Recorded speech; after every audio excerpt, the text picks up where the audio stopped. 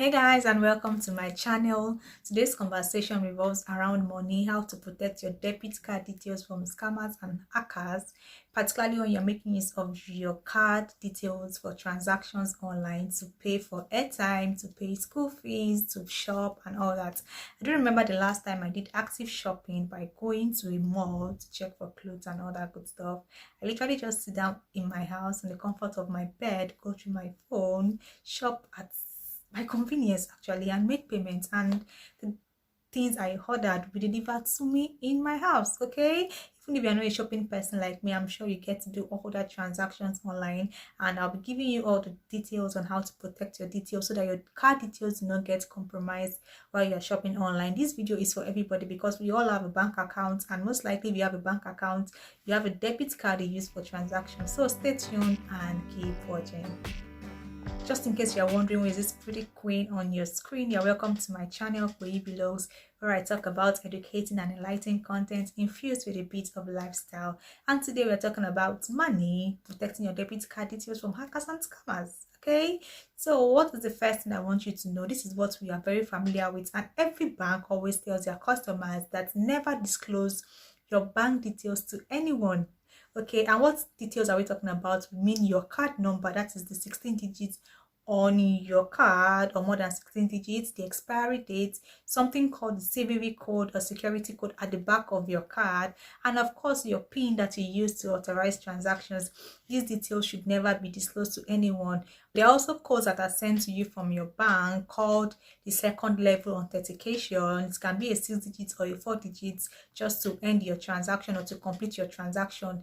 That code should never be shared with anyone, because if anybody calls you to request for that code, that means they might have had access to your bank details such as your card number, expiry date, and the other code at the back of your card, and they just want to make use of the code to complete the transaction. Never ever disclose any bank details to anyone. Our bank keep telling us this, and I'm reminding us to please try not to do this. I know there are some of us that are wondering, like, what are these details you're talking about? Some of us are not familiar. I'll be putting the picture of a debit card on the screen and show you the part of the debit card. So this 16 digits that I've highlighted now, and should never be disclosed to anybody. We also have the expiry date, always most times at the lower part of your card, as you can see in this picture. Don't tell anybody about your expiry date. Of course, your name would also be on your card. You also have the bank scheme.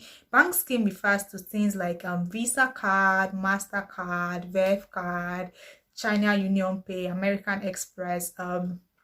Those schemes, anyone your bank can give to you, or you might even request for maybe a MasterCard or a Visa card, whichever one you want based on your needs. Okay, and at the back of your card we have the security code, or also known as the CVV.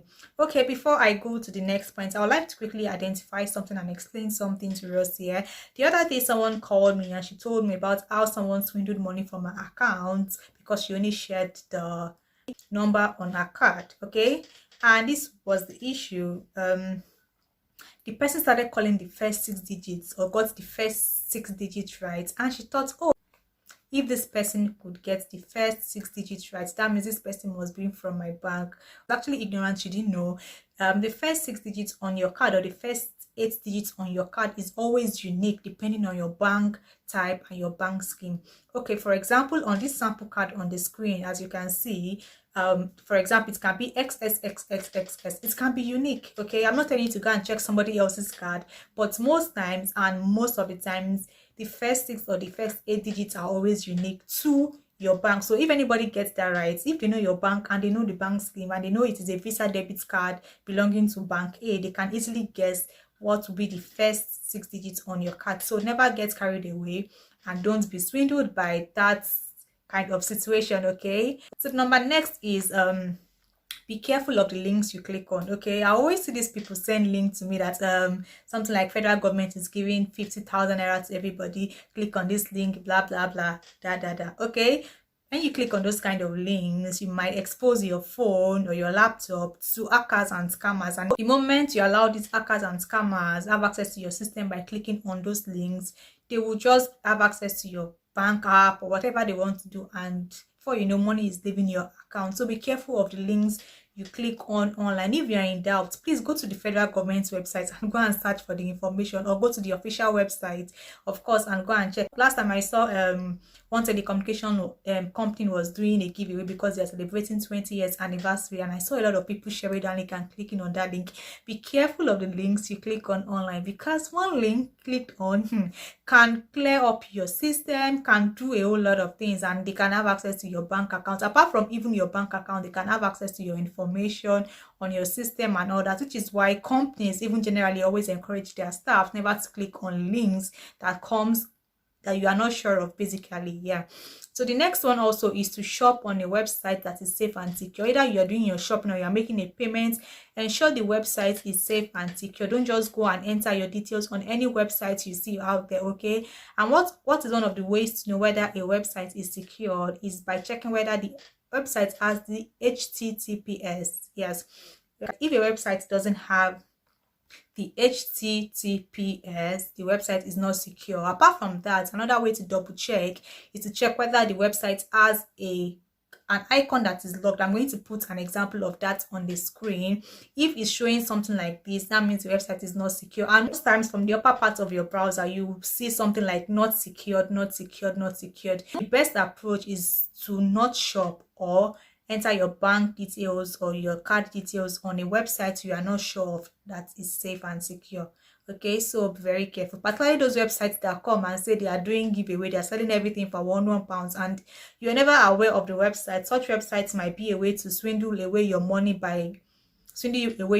the moment you enter your card details on the website. I'm not saying there are no websites that do sales, that do giveaways, but very careful and just stay careful on this online web, okay? Because the moment you enter your card details, what your bank will be seeing is that yes, you have approved the transaction. What your bank will be seeing is that you were there, you were aware of the transaction, and no matter the number of times you go to your bank will not be able to refund the money, because it shows that yes, you fully told them to go ahead with the transaction and to transfer money from your account to another person's account. So please, let's be careful. All right, this next point I'll be talking about is something I'm also guilty of most times. It's just recently I have stopped saving your card for use, or making use of saving your card to reuse on the website. Anything might happen to the back end of that website and your details might get exposed to the wrong people. Sure, any payment gateway or payment platform have, in fact, numerous level of security to protect your details. So the best you can just do is to just never resave for use on the website, okay? But most times I do that, particularly websites as I do a lot of shopping. Guys, my card details are saved there. All right, okay. This my next point is something a lot of people are actually guilty of. A lot of people are guilty of. Have you ever misplaced your card before, and maybe after 2 days, 3 days, somebody brought your card to you and you continued making use of your card like that? Like, are you not scared that somebody might have copied your details? I don't know. I don't feel comfortable with that. Anyways, I think I've been in such a situation. I misplaced my card and they brought my card back to me, and of course I continued making use of my card. But what if my card details have gotten to the wrong hands? Okay, that would have been the little money in my account would have just gone. Okay, last time I replaced my card, my bank debited me 1,500 naira to replace my card. I don't know the current amount now. Okay, no matter the amount your bank is debiting from you to replace your card, I think it makes sense than for you to be scared that what if your details have gotten to the wrong hands and one day somebody might just enter your details and one day your bank account might just be emptied, which your bank would not be able to do anything about. So it's safe to just block your card, freeze your card immediately you realize that you misplaced it, or even if it is brought back to you, just cancel the card and of course get another card. Okay, yeah, the last thing I'll be talking about is to authorize an amount that can be debited from your account without second level authentication. Okay, let me explain this better just in case my grammar was sounding too big. What do I mean by second level authentication? For example, like the OTP or using your token. For example, you can make that to be 10,000 naira, you can make it to be 20,000 naira, depending on how rich and boxed up you are. Okay, so depending on how much you earn, or I don't know, the amount of money you feel like when you lose from your bank account, it will not pay you, you can always put a second level authentication. Most banks do it automatically, and sometimes you might need to go to your bank to put a second level authentication on your details. Okay, I feel like in this video I'll be able to educate you on how to protect your bank card details and bank card information from scammers and hackers, particularly when you are shopping online. If this is a video you enjoy and you've learned something, please consider subscribing, like, and of course share and let somebody learn in this video. And I'll be back next time with another educating and enlightening video as usual. See you later and bye.